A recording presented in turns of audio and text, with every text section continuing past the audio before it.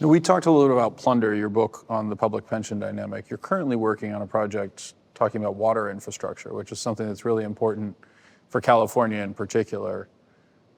Is it a similar story? Is it one of incompetence fueled by greed, or is there something different that's going on there on the infrastructure side? Well, what we have is our state, a lot of it under former Governor Pat Brown, Jerry Brown's father, but preceding him even more. We built an amazing plumbing system, right? And the feds too. We've got the Central Valley Project and the State Water Project and the Colorado River Aqueduct, which Metropolitan Water District of Southern California built. And we've created this amazing system. And the state's population continues to grow exponentially, or had. It's only growing by like 0.5% or less now, but it had been growing exponentially, and we just haven't kept up with water systems. And the environmentalists have such sway over water policy, and their goal is just to flush as much water in-stream flows right out to the Pacific Ocean. So what we have is a political situation where the power balance has shifted, and we have enough water in the state. We're just not building enough facilities to capture it, and everything, even like a desalination plant in Huntington Beach, is being held up by the California Coastal Commission over concerns about plankton. I mean, there's an awful lot of plankton in the Pacific Ocean, and it just seems like any small project, even small storage projects like raising Shasta Dam, it comes up against lawsuits and environmental constraints, and we're all for a clean environment. It's just the environmental movement seems to be adamantly against water storage. I think a lot of it is growth control. I think it's a different dynamic. Part of it is state incompetence. I mean, the state governments don't do a good job maintaining their infrastructure. So we saw the Oroville Dam, when the spillway was in danger of crumbling, and they evacuated almost 200,000 people in that area. And I just saw a report on the condition of the state's dams, and they're in terrible shape. Well, a lot of them are in terrible shape. So the stock market going up has fixed that as well, though, right? Oh, yeah.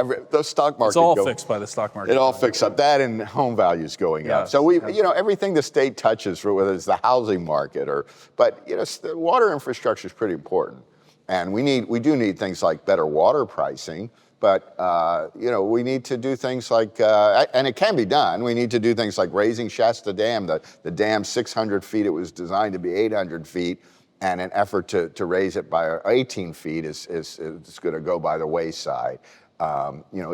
This is, but I mean, to clarify, like what the concerns are on these types of things, right? There are animals that live on the shoreline, and if you raise the dam level, you're going to damage their habitat. There will be adverse consequences.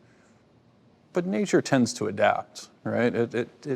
Well, I mean, there are concerns. Some snails will die in the construction, in the raising of that dam. This whole area used to be just inundated with floods, right? Yep. I mean, when I forget which governor had to take a canoe to the Capitol to be inaugurated after the Great Flood.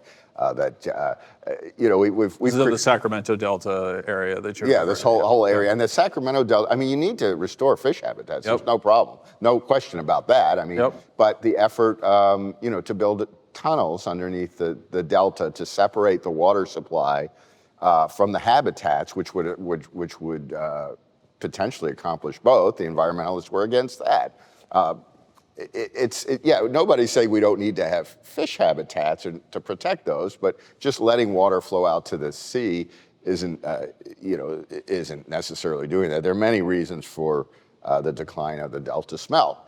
Part of it is Sacramento and Stockton dumping, the sewage they dump into the Delta, and Sacramento only recently started tertiary treatment, invasive species, striped bass.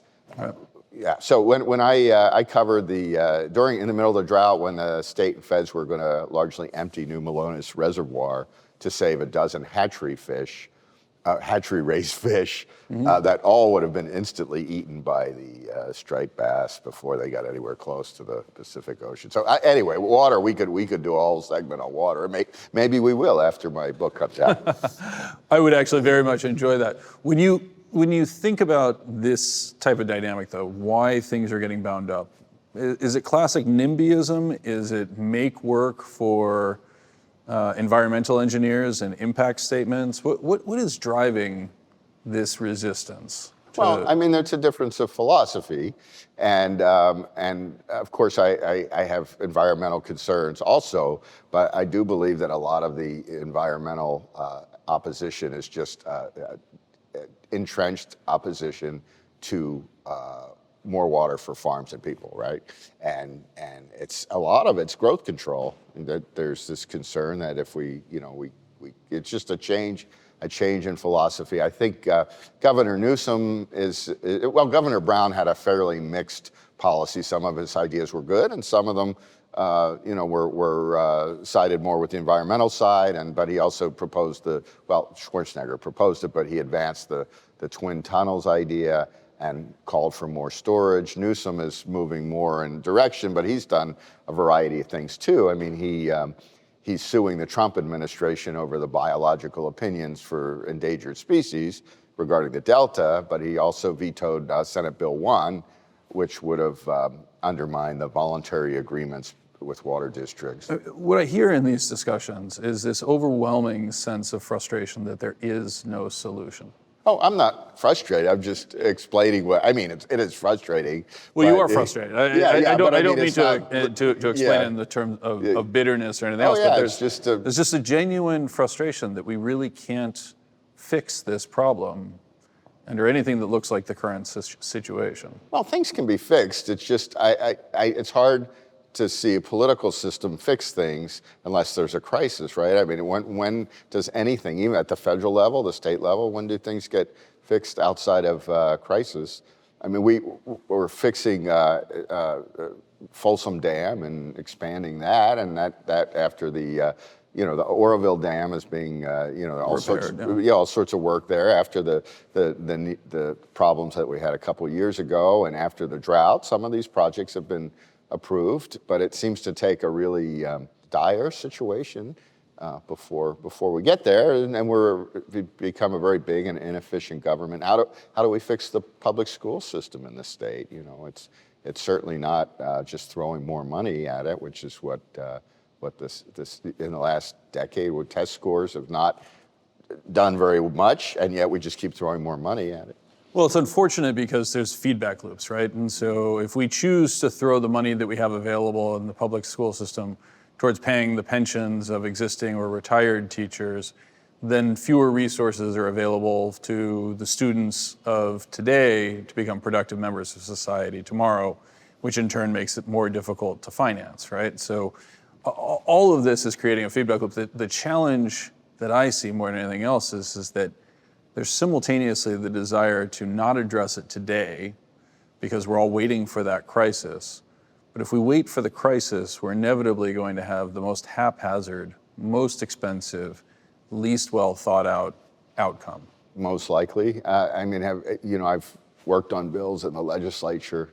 It's really hard to get things through, especially when you have a political philosophy more like ours, right? Or more of a free market philosophy. There's not a lot of appetite for that. So then that gets back to your, discussion about politics. What do we do? Well, elect more people who think like us. Well, if you look at a lot of the districts, and even after the redistricting commission, you look at the districts. I mean, the voters, you're going to have a hard time convincing voters of our ideas based on the registrations in the district.